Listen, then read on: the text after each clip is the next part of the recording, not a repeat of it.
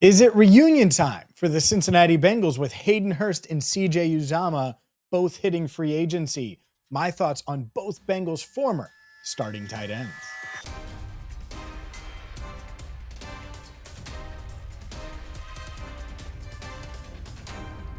Hi again, everyone, and welcome into Cincinnati Bengals Talk. I'm James Rapien of allbengals.com. Make sure you hit that subscribe button and ring the bell so you get all of the latest news throughout free agency. Begins on Monday. We're going to have plenty of videos for you. We're going to do a live stream at some point, and make sure you check out Enter the Jungle. It aired on Tuesday night, every Tuesday night at 8 Eastern, right here on Cincinnati Bengals Talk. Andrew and I discussed a ton of free agent stuff, and well, it's already dated because Hayden Hurst, CJ Uzomah, both released, both former Bengals tight end ones, both guys that helped them reach AFC championship games in their last season with the Bengals. In Hurst's case, it was his only season with the Bengals so far.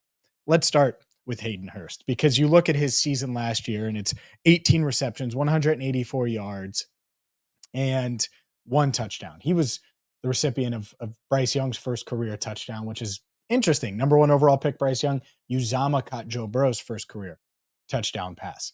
But getting back to Hurst, let's start with the health factor. I think he's been fully cleared. Those are the rumblings. I think Hayden Hurst is healthy. I think he's going to play. I think he wants to play.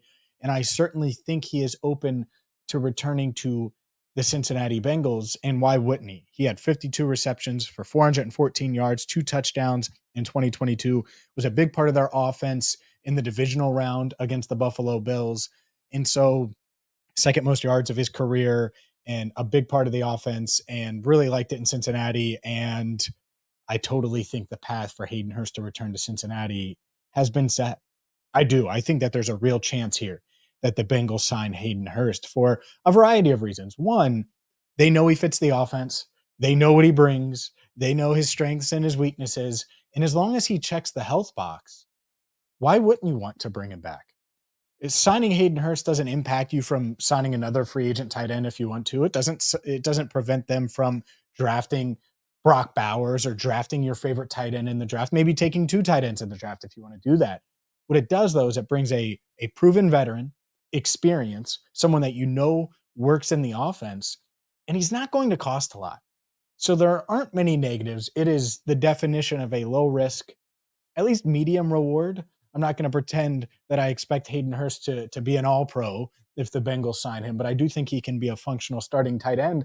And depending on who you sign in free agency alongside him, they will sign multiple free agent tight ends. They have to, because they have 0 under contract starting next week when free agency begins. So maybe they re-sign Drew Sample, have Hayden Hurst, bring back Mitch Wilcox or Tanner Hudson, and then they draft a tight end. Okay, figure out the rest later. I do think the path is open for Hayden Hurst. As far as CJ Uzomah, I think it's interesting because you could certainly go that route as well. I think at this stage of his career, coming off of another knee injury, has 29 catches over the past 2 seasons. His career high was 49 receptions in 2021. I would put him lower on the list. I think he's someone that you would sign to be tight end 3.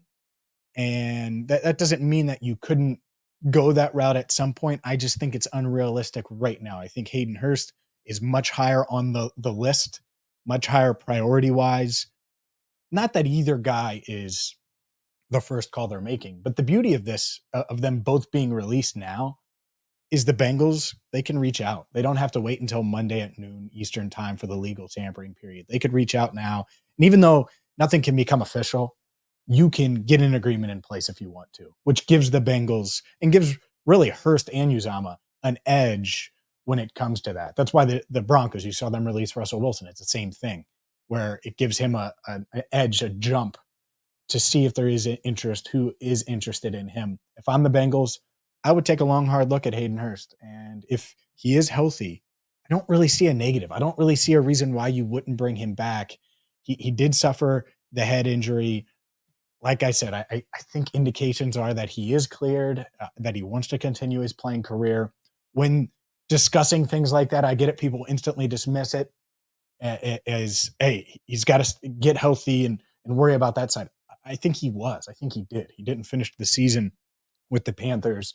And I think he fit. So we'll see. I know he loved it in Cincinnati. I know the Bengals enjoyed having him in Cincinnati. Would not be shocked if Hayden Hurst and the Bengals reunite at some point this offseason. Like I said, the offseason is in full swing. Free agency is right around the corner. Hit that subscribe button, ring the bell. Make sure you check out Enter the Jungle every Tuesday night. Our latest episode was all things free agency. I think you'll enjoy Andrew's takes, my thoughts, and we have more coming your way this throughout the week, including a special guest later this week as well. So for Andrew Fox Miller, I'm James Rapien. Thank you so much for watching Cincinnati Bengals Talk.